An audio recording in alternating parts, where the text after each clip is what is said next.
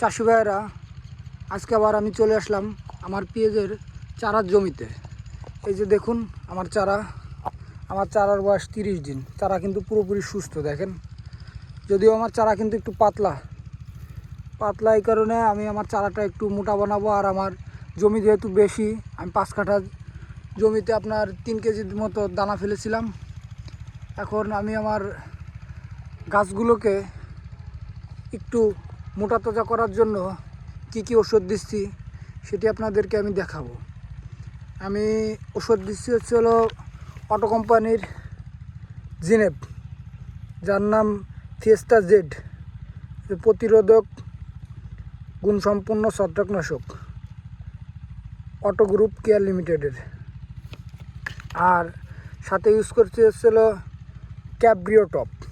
ক্যাব্রিওটপ দিচ্ছি হচ্ছিল আপনার, যাতে যে গাছের যে গুঁড়া পচা টচা বিভিন্ন রোগে আক্রমণ করে থাকে, তার জন্য এই ক্যাব্রিটপটা দিচ্ছি। আর জিনেপের কাজ হচ্ছিলো, আপনাকে আমি বলি, জিনেপের কাজ হচ্ছিলো জিঙ্কের যত সমস্যা আছে, এই গাছের যে জিঙ্কের যে ঘাটতি আছে সেই অভাব কিন্তু পূরণ করবে। আর বিষ হিসেবে আমি আজকে দিচ্ছি সলেমন দিচ্ছি আপনার 16 লিটার পানিতে 16 গ্রাম। আর এই ক্যাব্রিটপ আমি যদিও দেওয়ার নিয়ম 3 গ্রাম করে, কিন্তু আমি 3 গ্রাম দিই নেই, আমি এই একটা দিয়ে 50 গ্রামের একটা দিয়ে 2 গ্রাম করেছি। আর জিনেপ আমি দিয়েছি প্রতি লিটার পানির সঙ্গে 2 গ্রাম হারে। এই যে ভাই কিন্তু স্প্রে করতেছে। ভাই কিন্তু স্প্রে করতেছে। ভাই কিন্তু সবসময় স্প্রে করে থাকে, আপনারা কিন্তু দেখে থাকেন। এই যে আমাদের ডাঙ্গা কিন্তু এখন সেচ পদ্ধতি চলতেছে, সব জমিতে সেচ দিচ্ছে।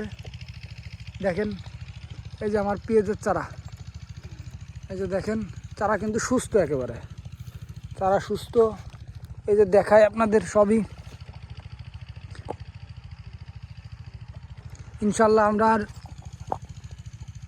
10-15 দিনের ভিতরে চারা লাগিয়ে ফেলবো, আমাদের ইচ্ছা আছে। আজকের মতো আমাদের ভিডিও আমরা এখানেই শেষ করছি।